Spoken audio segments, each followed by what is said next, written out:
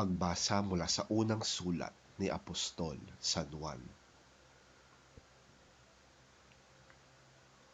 Kung alam ninyong si Kristo'y matuwid, dapat din ninyong malaman na ang bawat gumagawa na matuwid ay anak ng Diyos.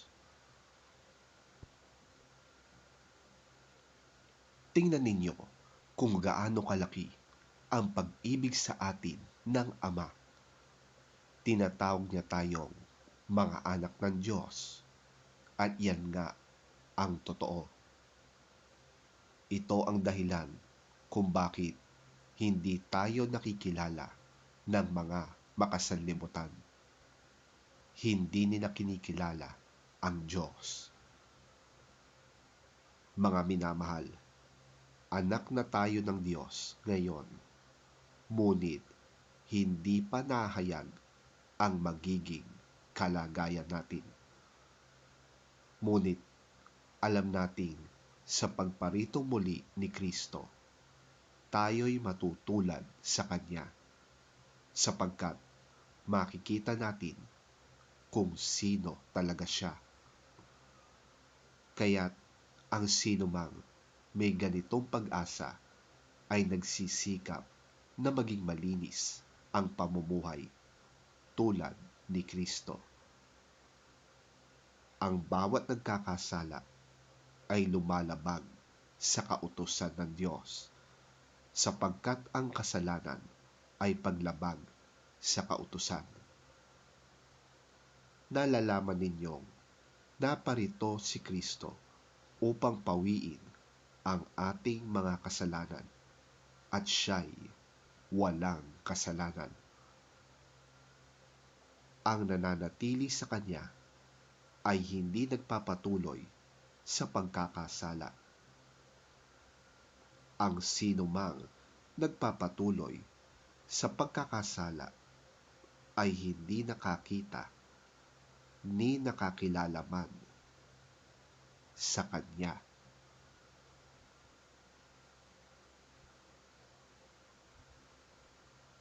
Ang salita ng Diyos. Salamat sa Diyos.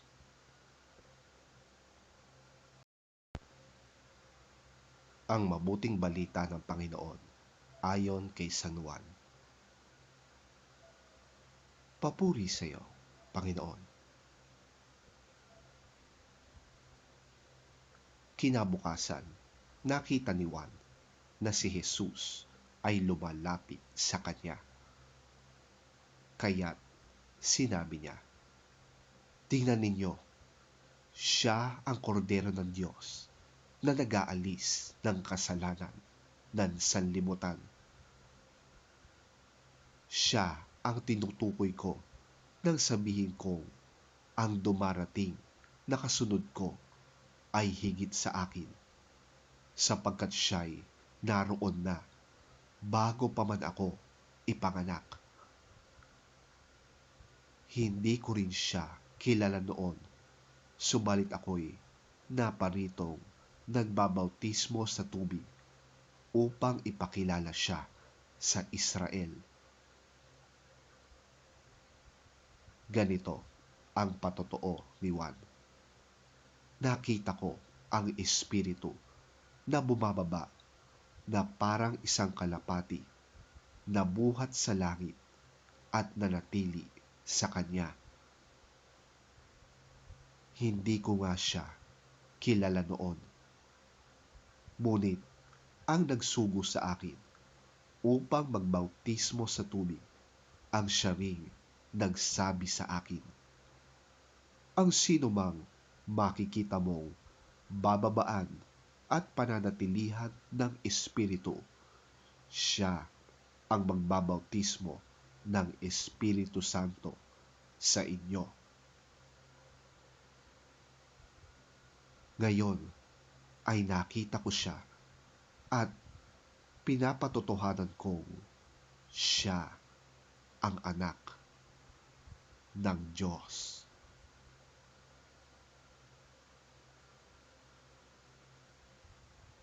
Ang mabuting balita ng ating Panginoon. Pinupuri ka namin, Panginoong Hesukristo.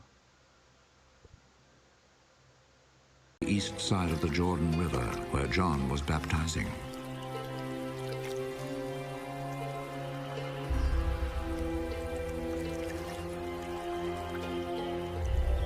The next day, John saw Jesus coming to him.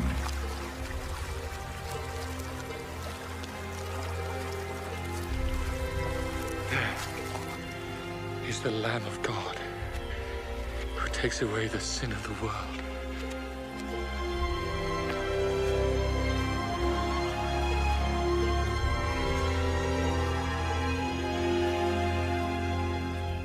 This is the one I was talking about when I said, a man is coming after me, but he is greater than I am, because he existed before I was born.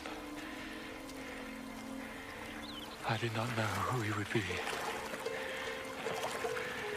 but I came baptizing with water in order to make him known to the people of Israel.